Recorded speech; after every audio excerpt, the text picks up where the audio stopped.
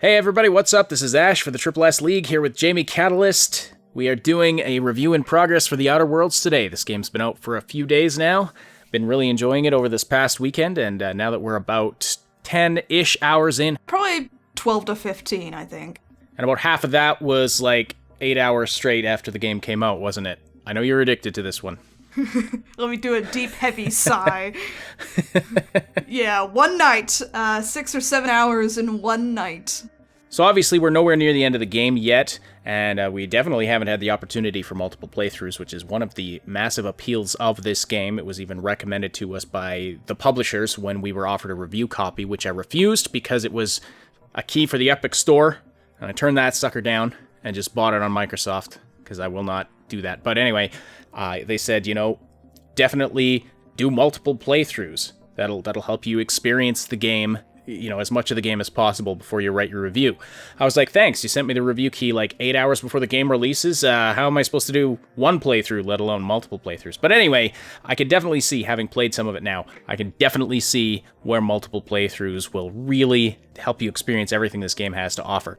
So this is a review in progress. We haven't experienced the full game. We will be doing a more in-depth review down the road once we have completed the game and possibly multiple playthroughs. This is just a review in progress. We'll keep it relatively spoiler-free. There might be minor spoilers about the beginning parts of the game, but nothing that's going to ruin the experience for you. Anyway, a couple days before the game came out, Jamie, we published a video that you had written and recorded for us that was your top 5 things you were looking forward to about The Outer Worlds. So tell us, how accurate was that? How many of those things do you stand by? Do you say, yes, I was right, to look forward to those aspects of the game? All of them. All 5. Awesome. The gunplay is amazing. The graphics and the way the world look is absolutely breathtaking. The decisions, the choices, and the dialogue are great.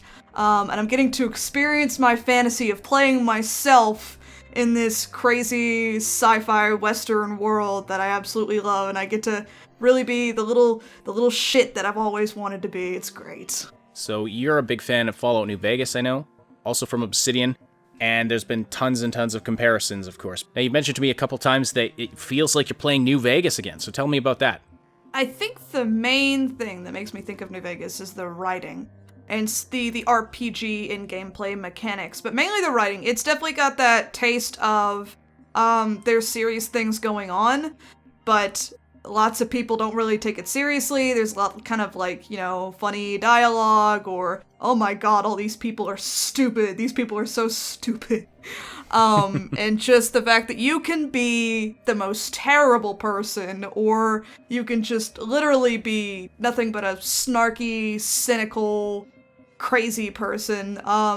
It's mainly the writing, but also, like I said, some of the gameplay and the mechanics, like whenever you talk to people, the dialogue, and the way the camera kind of zooms in on the person when you talk to them, and kind of the way the characters are built, and sort of the setting. And there was even, I would like to point this out for anyone that's a huge fan of New Vegas that didn't see this, Obsidian posted on their Instagram account that they were doing a nudge nudge wink wink, because it was a picture of House. Everybody knows House that's played New Vegas. He's the main guy, either the guy that you partner with or the big bad. And he says, in 100 years, I'm gonna have spaceships, and I'm gonna send them out into space, all of my people, and, my companies, and everything that I've built. Paraphrasing there a little bit. And then there was a picture of that, and then there was a picture of Outer Worlds.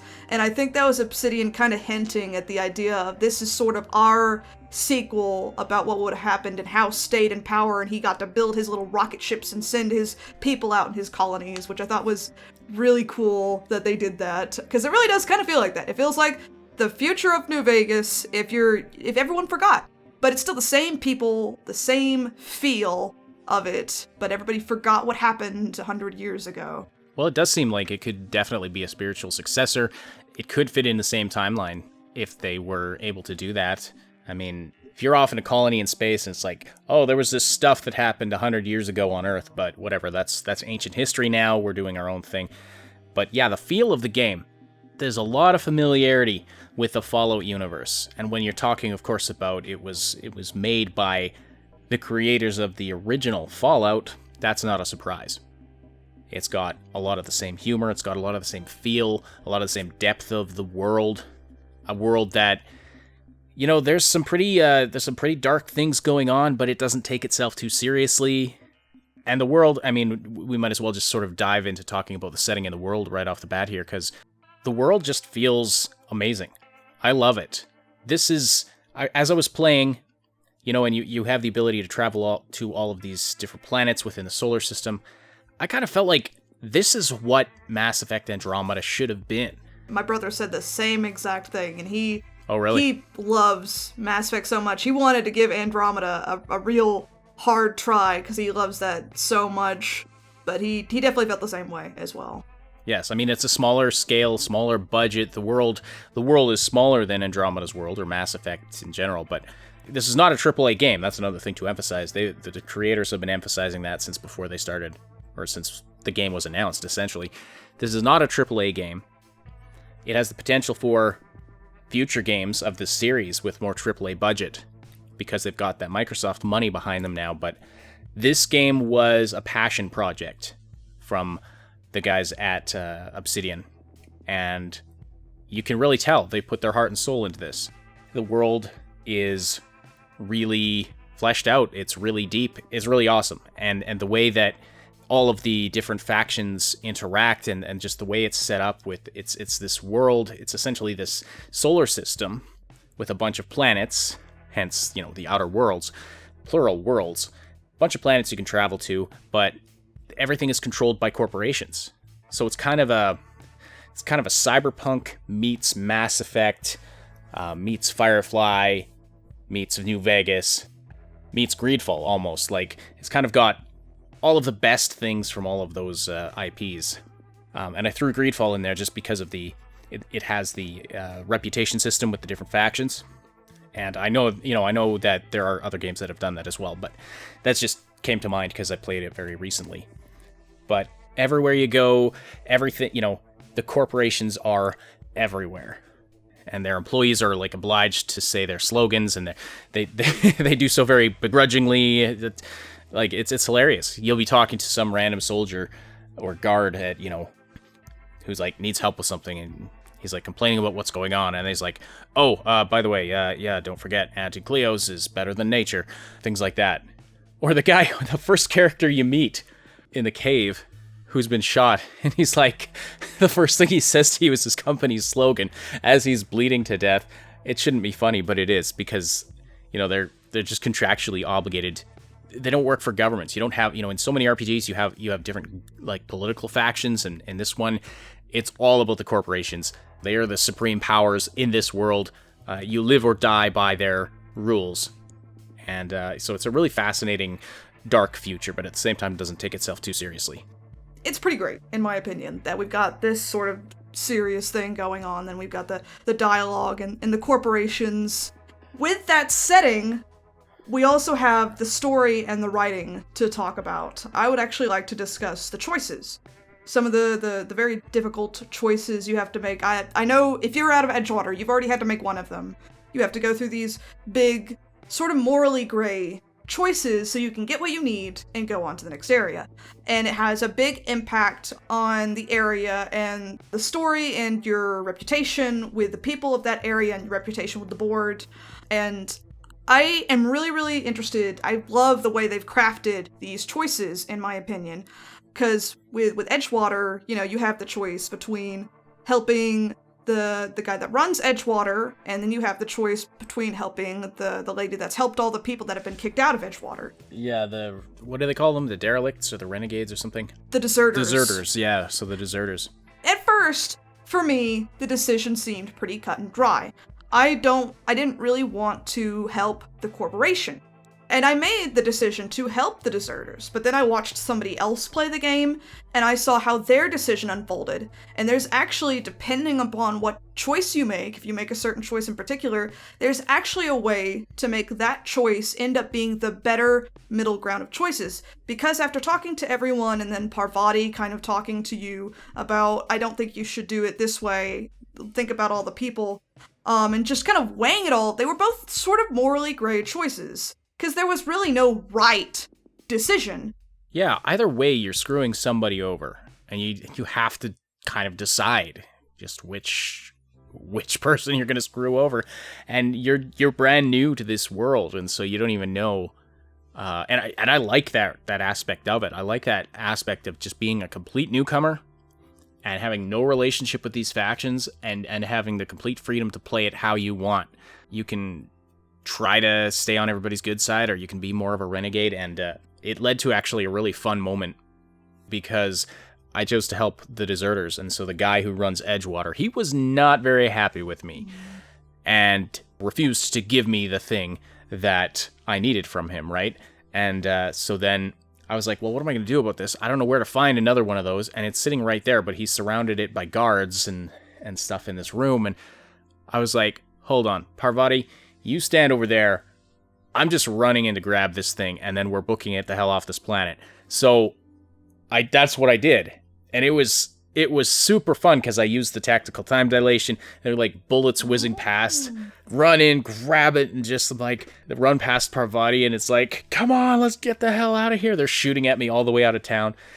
It was a lot of fun, and you just have the freedom to play that way. There's that emergent gameplay that, because I didn't want to shoot the guards down. Like, I didn't want to just engage in combat and start killing people, because I'm like, these guys are just doing their job, working for the corporation. They're just doing their job. But I need that thing they're guarding. But it is really interesting that, yeah, they, right off the bat, they just throw you into these morally gray situations and make you choose between one thing or the other. And that is making me itch to have a second playthrough so that I can choose the opposite things. And let's talk about the character development in RPG a little bit, because there's a huge difference in the way you can play as well with how you build your characters. Like, the difference is vast. And, you know, I'm doing a high intelligence, high perception build. A lot of stealth, very heavy on upgrading and maintaining equipment. Lockpicking, no problem. Can hack into anything, can lockpick into anything. Don't really need to worry about degradation of my items because I can just repair them, no problem. But, you know, of course, I bumped the intelligence and perception attributes up to maximum, and so all of the other ones had to stay at average. The strength, dexterity, charm, temperament, those all had to stay average. And so the skills associated with those attributes, you know, they're not so great. I really focused heavily. And I should ask, what kind of a build did you do? Did you do a hyper-focused build like that, or did you spread out your attribute points a little more? I'll be honest, I did. What I mainly did is, since I was able to almost completely recreate my own face in the character creation, I just ended up making a character that was essentially me, or my perception of me, or what I would hope to be in this sort of action hero situation. So it was high charisma, like super high charisma, like I could talk my way out of anything, and high intelligence, and then good perception, and the rest of it was average, except for dexterity was below average because I'm a Butterfingers.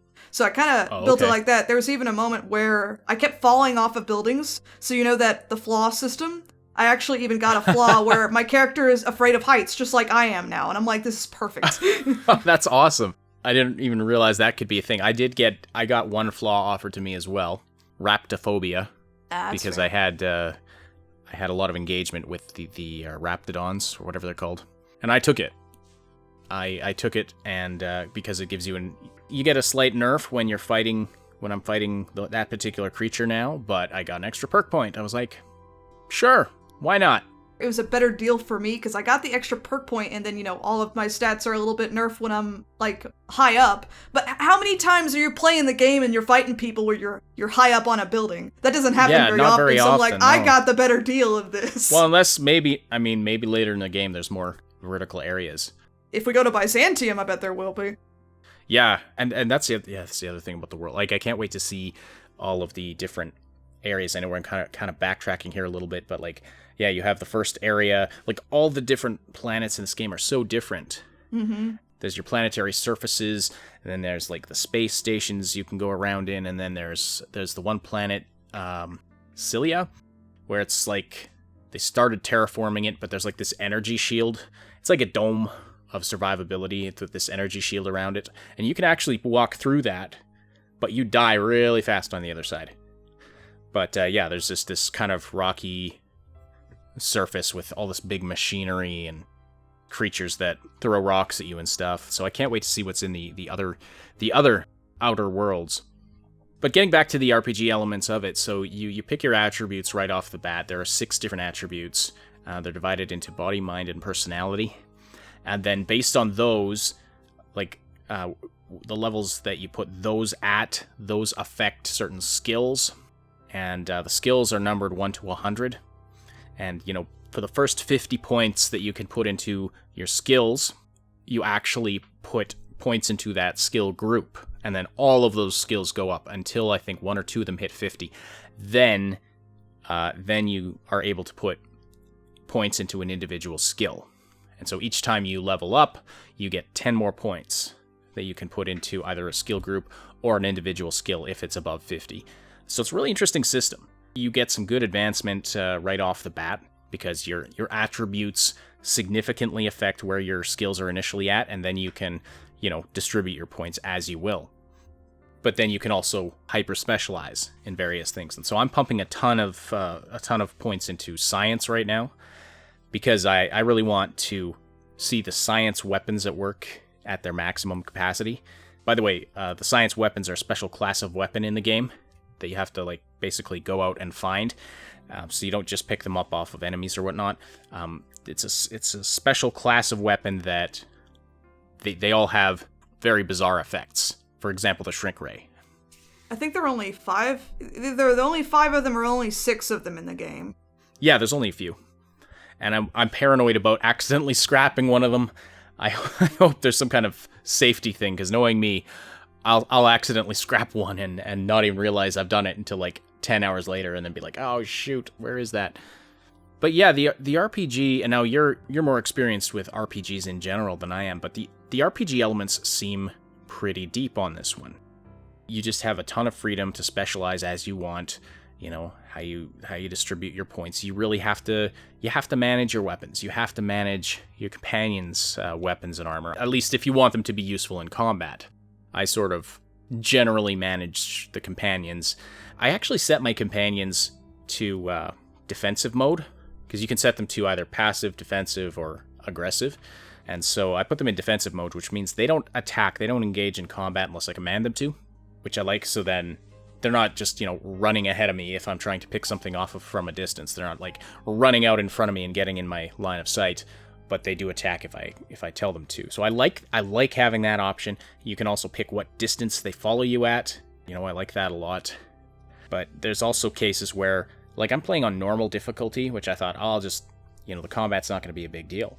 But if you're not equipped well enough to handle certain types of enemies, you're going to have problems. There were a few fights that were almost unwinnable, where the enemies were just complete bullet sponge because I had the wrong types of weapons doing the wrong types of damage. And so I'd have to back out of that, seek out some different weapons, seek out some different mods that could handle the types of enemies I was doing. And then I went in and did massive damage. There's a lot of that going on. If you're going up against automatons, what they call the automechanicals, which are basically the robots, and you don't have an electrical weapon on you or something else that can handle them, they're going to be tough to take down. Even with a fairly powerful shotgun, they're heavily armored. And so you need something that's going to penetrate that. You need something that's going to do electrical damage to bring them down. So yeah, I think the RPG aspects of it are quite in-depth and will appeal to people who really like a more in-depth RPG. But what's your opinion on that? Going with the roleplay, because you kind of covered the gameplay sort of form of RPG, but going with the role-playing aspect, I am in love with the role-playing aspect of this game. As I said earlier, I pretty much made a character that's me, and I thought going into it, I'll try and get it as close to me as possible. So one of the things that they did, a choice that they made, is they went back to the old style where instead of having a voice actor for your character, they just, your character's silent, which enabled them to have a lot more dialogue options, a lot more dialogue trees, and enabled them to come up with a lot more different types of dialogue, ranging from, the sarcastic person, the angry person, the cynical person, the serious goody two-shoes person. It had a range of different tones, which might not have been able to do if you were trying to get a voice actor to do all these different lines. And like I said, it go back to the old style with New Vegas and the first Dragon Age game, which I've always been a fan of. I myself don't really understand why they made the choice to start doing voice-acted lines, because that kind of really restricted them on the roleplay ability. And like I said, I made myself, and I thought I would just play it as close as I could. Surely there won't be perfect dialogue options for me. Oh, and lo and behold, I was beyond surprised when literally there were dialogue options that looked like they came out of my own brain. So I was able to, and even actions, like I kept thinking, okay, I want to go do this for this character, and a little surprise I don't even know if you know about, but there are options where if you listen to some like random people, because there will be people talking like in the city, they don't really have names, but they're talking about things. Some of the times those will not pop up as quests, but you can still go and do them. Like there was a mission I just did where there was a rumor, there was this one person skimming money, and I was supposed to be doing something for that person to help somebody else, but I was gonna have to go against what the other person wanted because of this person. I'm like, okay, well, there's not an option to go look for their computer to suss out to see if this is true, but I'm gonna go try it anyway. So I did, and I found that information, and then I was able to use it against them. So there are options where even if you as a player don't see it pop up as a mission in the system, you can still go do it. That is how sort of immersive role-playable it is. If you can come up with it, you can probably go do it yourself. And I just think that's incredibly amazing, because I didn't even think I could do it, but I was just curious. I'm just like, well, I've never tried that, so let me go see. And then it worked out perfectly, and I got the result that I wanted, that I had kind of come up with all these clues in my head. So the roleplay ability for this is absolutely amazing. Like, you can even find clothes and armor you like, there's the dialogue options, there's a lot of extensive character creation, a lot of different perks and abilities. So yeah, it's really, really good in the roleplay category if you want to play a certain character. Absolutely, and that is one of the arguments on the side of not having a voiced protagonist. I know it's a debate that crops up anytime a new big RPG comes out. I know that debate happened around Fallout 4 with their choice to have a voiced protagonist. I think in this case, it really works not having the voiced protagonist, because it would restrict the kind of character you want to play. I find it really works. Plus, it really speeds up the dialogue, for one thing. Oh, yeah. So you don't have to click it and wait for your character to say the line. It's all written completely out for you to say exactly, so you pick the exact statement you want. Yeah, it is like really old school RPGs before they did a ton of that, the protagonists with voice work. Actually, speaking of the dialogue, there's a quality of life, something that usually you have to mod into the game. They add it in because they realized people have been doing that for a long time, so they're like, well, let's add it in vanilla because people like this. There's actually, you have the choice, if you go into your menu, under the gameplay or UI, I'm not sure which one it is, to actually set it up to where your dialogue options actually pop up before the other person is done talking, so while they're talking, you can go ahead and skim over what your options are so you're ready when they're done talking. And you can actually, there's a button at the bottom of the screen you can press to get everything that they've said scripted, like, in a little box next to the dialogue options, and you can read through the dialogue history. And that's, not a lot of games have that, but I've always really, really liked that, because I might pause the game and go do something for a while and completely forget, oh, what were we talking about? What were we doing? I don't remember. Or, you leave it on the dialogue screen, and this character's just awkwardly staring at you, looking around. Although they do have some very natural-looking animations while they're doing that. They did that very well. They did it very well. Like, while you're, even though the character's kind of in your face, the animations are very natural. They're kind of glancing around, looking around. They're not just standing there staring dead-eyed at you. So it's really good from that aspect. In some games, the voice protagonist really works well where you have, a defined character that you're playing as. For example, Desarde in Greedfall. Having him as a voiced character absolutely worked really, really well. But he's a defined, he's a set character. Like, you can play him different ways, you can make different choices, but it's kind of a different type of RPG. It's a different type of story, and we'll actually talk about this in a minute. Because you're playing a character who's already named and has certain character traits about them, has a certain role, whereas the Outer Worlds, you're jumping into it, you get to decide your role, you get to decide what kind of person you're going to be in this universe, what you're going to do, if anything, to help other people or just do things for yourself. The guy that rescued you from stasis You can do what he's asking you to do, or you can say screw off and go do your own thing, and you can betray him to his enemies. And I really can't wait for my second playthrough because I'm totally going to do that. It's really interesting in that way. So on that note, talking about the story, the writing, the dialogue writing, I think is fantastic, top-notch. And the characters are really interesting. I think they're really well done. The overarching story, now I know I'm only at the beginning of the game, I'm finding it a little thin, in the sense that it's kind of well, we need to accomplish this, so we need to find this, and in order to find this, we have to find this, and in order to find this, we have to talk to this person. In order to get to that person, we have to do this to our ship, that kind of a thing. So it's kind of these very broad plot points, which it has to be, I think, in this kind of a story to be this open with how you want to play the character. I am finding that a little bit thin at this point. I mean, again, maybe as you get closer to the end of the game, I'm expecting things to pick up and get a little deeper. But do you agree, disagree? How do you feel about that?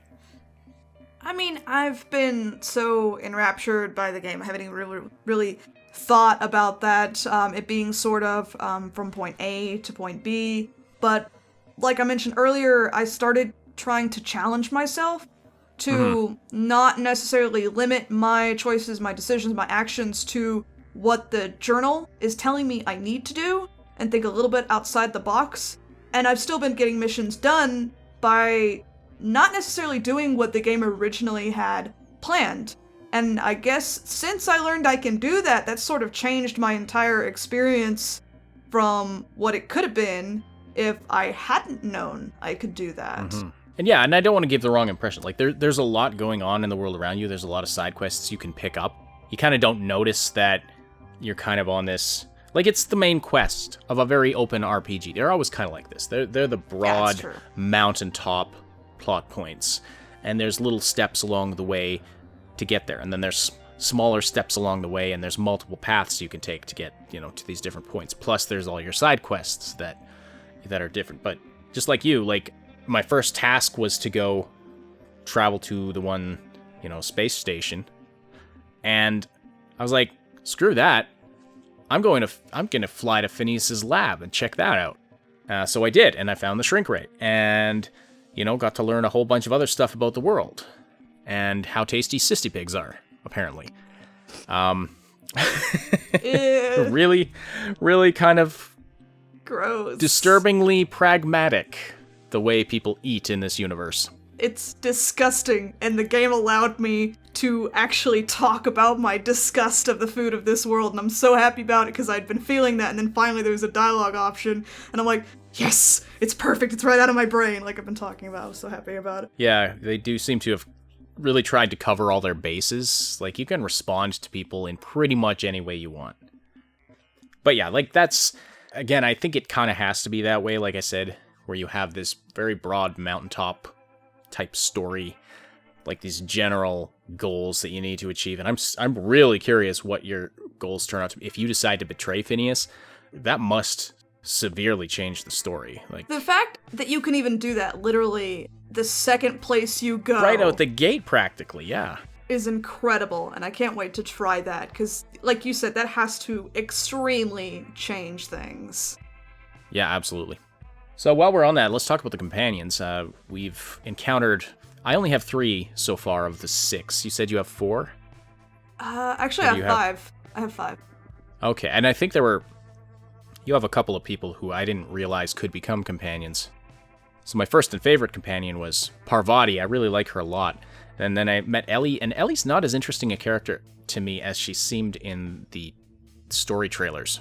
Yeah, to be fair, I think with some of those, because I feel the same way about 2 of the companions I've picked up so far. There's been so little interaction with them. I'm hoping we'll hit a certain point where we'll be like, okay, here's my companion quest. Here's the time where you get to learn more about me, and we finally get to talk more. I'm hoping that happens, because otherwise, several of these characters are a little hollow, honestly. Mm-hmm.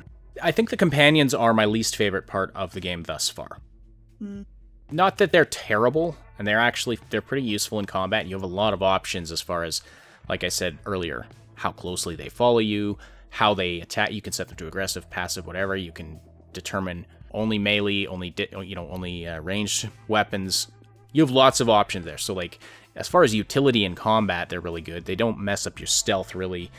But as far as how they're written and how you interact with them and how they kind of join your crew, for example, Parvati, like I really like her as a character. I like her responses. I like her observations about things. The random dialogue that they say as you're going different places, or how they chime in on different conversations. And and there's a lot of that. Like they did a lot of writing to account for like bringing any of these different companions into different situations.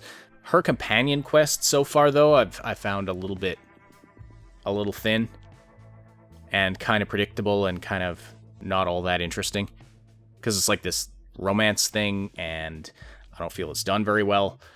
I can't quite put my finger on what exactly I would improve about the companions. I'd have to spend some more time thinking about that, but there's something missing in the interactions, and I guess the depth of your interactions with them, if that makes sense. Yeah, they're not very well layered. Some of them are kind of a little bit just a stereotype. Yeah, I guess that, that's a really good way of putting it. They're kind of one-dimensional. And again, maybe there's development that will happen there but it was kind of like, there's the one guy who, he just kind of runs into you and sees that you're running a spaceship, and he's like, prepares this job interview thing, and it's really entertaining, but I'm kind of like, in reality, there's no way in hell I would be bringing this guy aboard my ship. Yeah, that's fair. Not knowing anything about him. I much prefer, like Parvati, she wound up tagging along with you on one of your early missions, and you get to know her a bit, and then you have the option of asking her to join your crew if you want. I like that a lot better. Another thing with Parvati, though, to use as an example with the other companions, I feel like they did her personality a little bit more in depth. I didn't get to play her companion quest, so I don't know how I would categorize it, but, she obviously has anxiety, and she's shy, and I feel like whoever wrote her anxiety and her having to deal with being by herself after losing her father figure and all that, I feel like whoever wrote that had either had first-hand experience or a good bit of knowledge, because it felt really realistic, it felt very layered, and she continues to be, she's an engineer, she does her job. It definitely feels like there's a lot more layering to her than some of the other characters, because Felix so far just feels like, I'm a sports guy and I don't like work and corporations, and then Ellie's just like, I'm a doctor, but I'm also a pirate. And the robot, obviously Sam the robot, is just like, I'm gonna clean things, and like that's literally it, because he's a cleaning robot. Although I love screaming at him and hearing him scream back at me. Absolutely hilarious, my favorite thing ever. I haven't activated him yet, so I'm looking just forward to scream that. at him when he activates. It's so funny. Okay.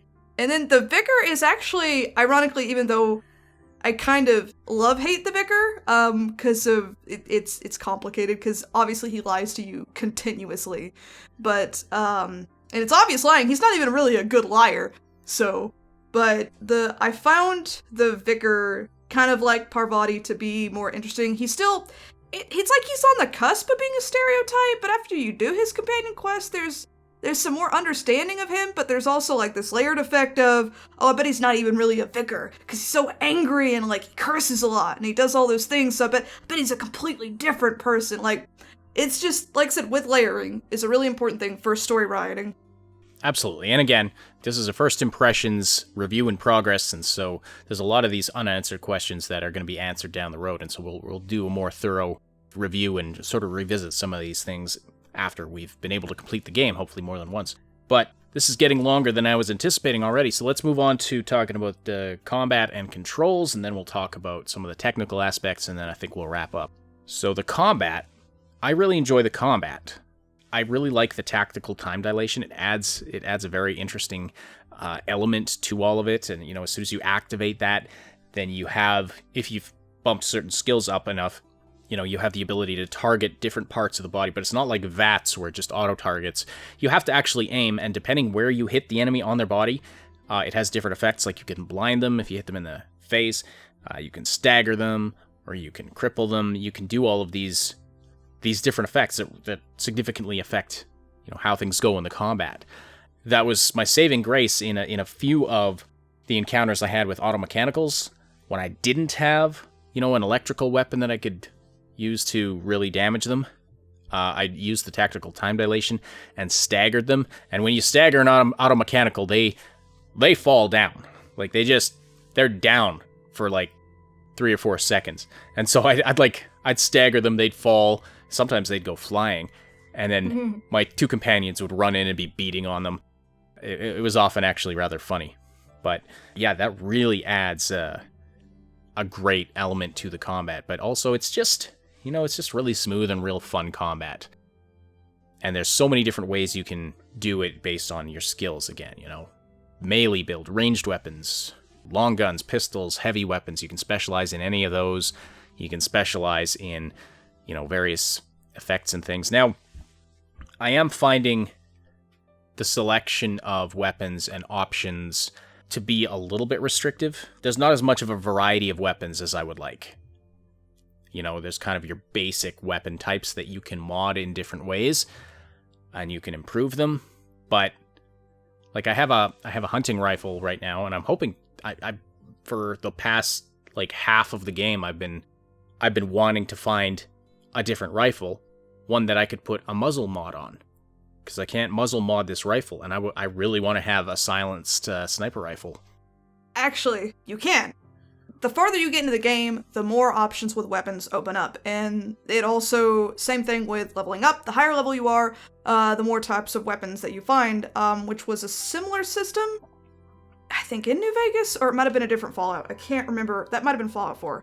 But it's like that. So, because I've already found a sniper rifle, a much better, much cooler looking sniper rifle, and you can put the muzzle and you can have a silent sniper rifle. Okay, that's really good to know. It is hard to find the silencer mod. That's a pretty rare mod. So whenever you do use it, make sure that you are 100% sure, what gun.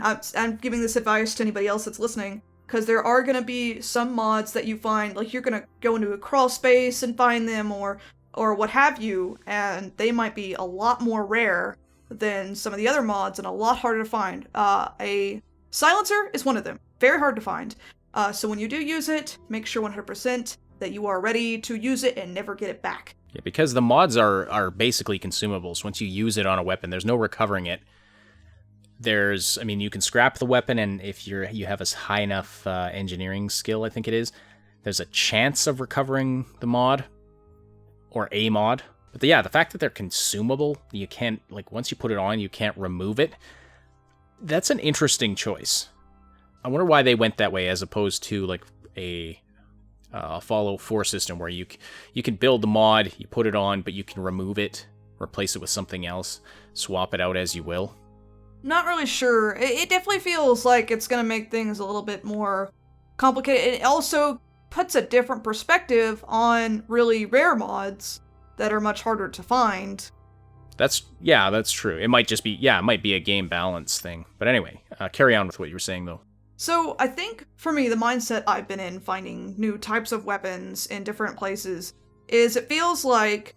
So, obviously, there are different corporations that make the different weapon brands. If anybody's ever played Borderlands, it kind of feels like it's a Borderlands thing. Like, okay, well, here's a series of weapons from this one company, and here's a series of weapons from this company, and it feels like there are certain planets that these companies actually have maybe a hand in, or they have a presence in. So there are these certain type of weapon series that are available or that you can find or see on these certain planets because the company that makes those weapons has a presence on that planet. At least that's kind of what it feels like, kind of what they were going for. Yep. But definitely feels like the farther you've gotten into the story, the more different types of weapons you're going to find, because I thought the same thing because I really wanted a sniper rifle as well, a really good one. And then it wasn't until maybe... whenever I hit either Roseway or the place after that, Monarch, that I really found one that was a really good sniper rifle from a company I hadn't even seen yet. And then I started finding a bunch of different types of weapons from that company in particular on that planet. So it just depends. Like I said, it might have been a level cap, or it might be a planet thing, or a story thing. I'm not sure which one it's connected to.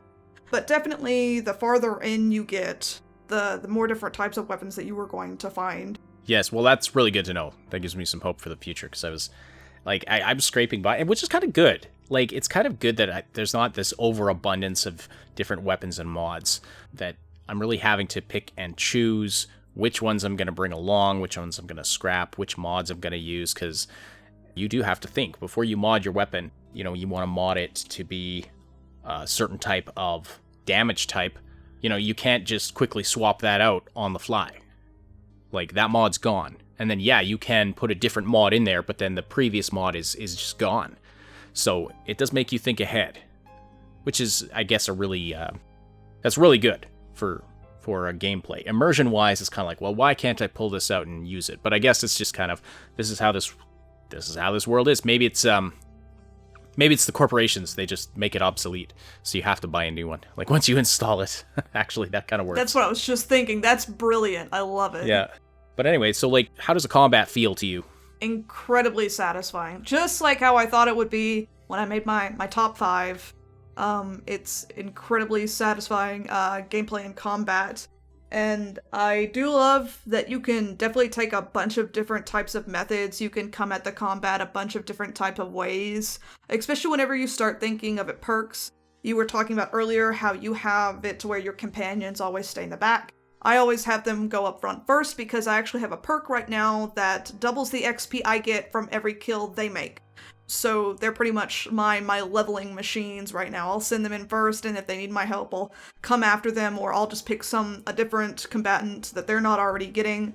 And I usually do a run and gun method, but the last couple of times I've actually been staying back and using the time dilation, which I've been playing more and more with, and its different capabilities, and it's really a tool and asset that you can play around with and come up with a bunch of different ways to use it. Like, I've been actually using it mainly whenever I need to reload, so I don't get hurt. I'll turn it on and I'll reload, and that'll give me enough time to reload before a creature gets to me, and then I'm reloaded and it hasn't gotten to me yet to attack. So I've been using it because I didn't put a lot of points into dodge or block, so I've been putting in more perks and abilities in the time dilation, so it gives me the ability to sort of manipulate time and do kind of what I want.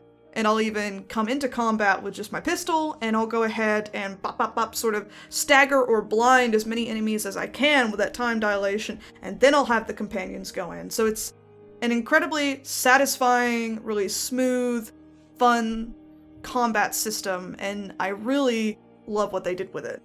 Yeah, and it's designed to be played in a lot of different ways. There are perks that give you bonuses when you're alone in combat, and then, like you said, there are perks available for having your companions in combat with you, so you can play it any way you like. And I know my next character is, which I'm hoping to do a Let's Play series with, but my next character is going to be a loner and a complete asshole.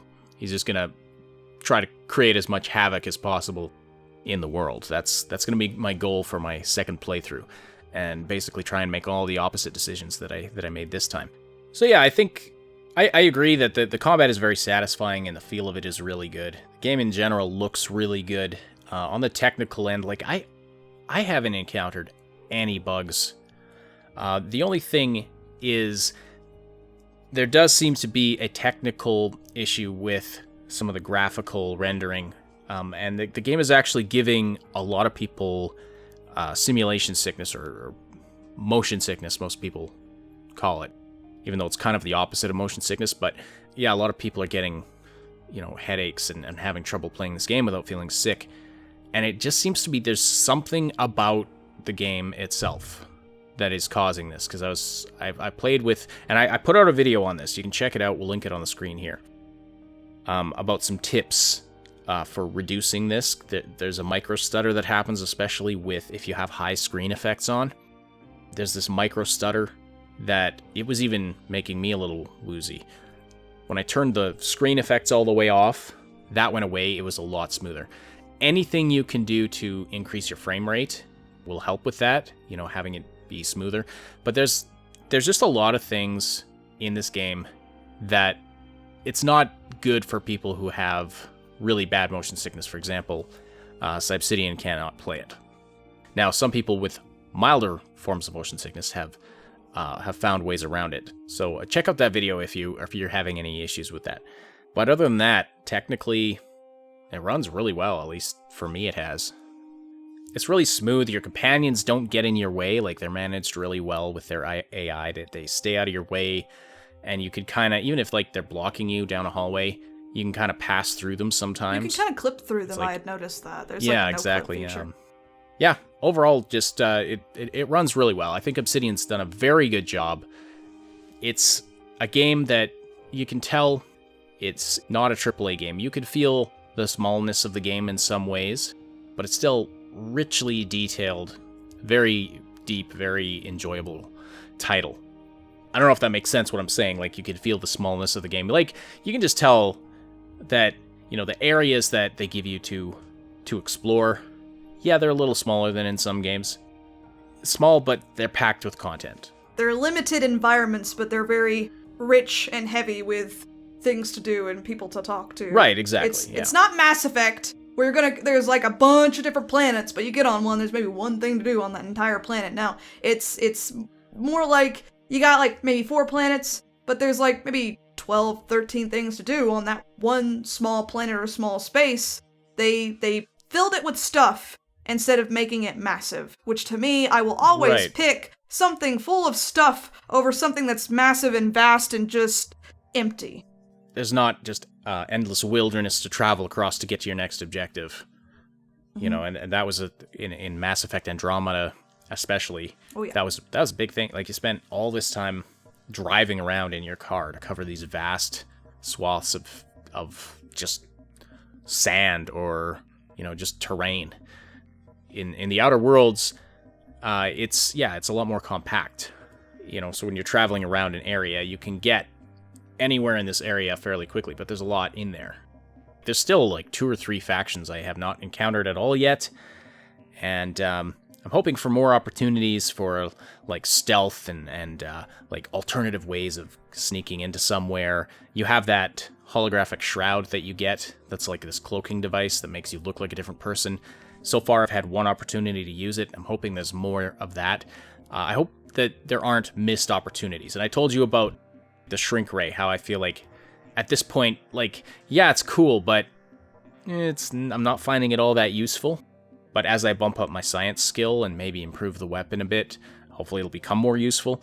I hope there aren't missed opportunities. Like, I hope it's not like this holographic shroud you use once or twice, and then, in the course of the whole game, I hope that they utilize that idea to its full potential. So that's, I think my biggest fear is that as I get to the end of the game, I'll feel like there was just some ideas that they had that weren't fully realized, but we'll have to see. We'll have to see when I get there. And like you told me, I said I felt like the weapon selection was limited, but as you pointed out, that opens up later on. So hopefully the same thing happens. Hopefully the science weapons, there's more opportunities for using those, and hopefully it just opens up. Hope that all makes sense. Final thoughts, though, Jamie. It's good. It's so good. It's so good. I keep losing time when I play it.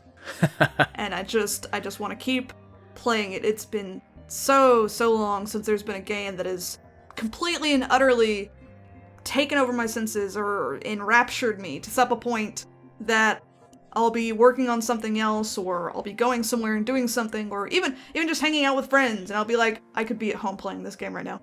I could be at home playing this game right now. It's been so long since I've had that sensation where I sit down and I'm already sleepy, I'm already tired, I put on my headphones, I'm just like, okay, I'm just gonna play it for an hour, and that's it. And then it's morning the next day, and I'm like, I just stayed up all night long playing a video game. I haven't done that since high school. So, and it feels so familiar, so nostalgic to me, and it's just so good and sort of relaxing, too, in a way. Because you can so perfectly focus and get immersed in it, where the entire world sort of just melts away at the same time. So it's definitely my contender for the best game of the year, that's for sure. Yes, especially now that Cyberpunk 2077 is coming in 2020. I'm kind of happy for that, because I feel like Outer Worlds deserves this sort of spotlight that Cyberpunk would have very easily taken away from it if it had been released this year. Absolutely. But yeah, I agree. Like, I've had a blast playing Outer Worlds so far. Can't wait to dive into it some more. haven't stayed up all night, but I've really enjoyed the time I've had to play just being in that world. It's a really great game world.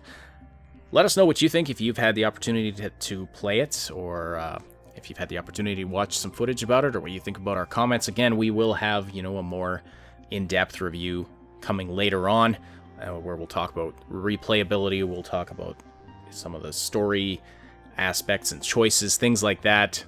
But let us know what you think. Let us know if you agree with us or disagree. I know most of the response to this game has been good, but there's been some criticism, of course, as there always will be. But I hope you've appreciated this review in progress. Please slam that like button if you did, of course, and subscribe to the channel, and share it around if you appreciate the content. Thank you so much, Jamie, for joining me on this. Thank you all for listening, and we will talk to you again very soon. Thanks so much for watching. Don't forget to like, sub, and hit that notification bell, and then check out some of these other videos. Find the link to our Discord server and other important stuff in the description below.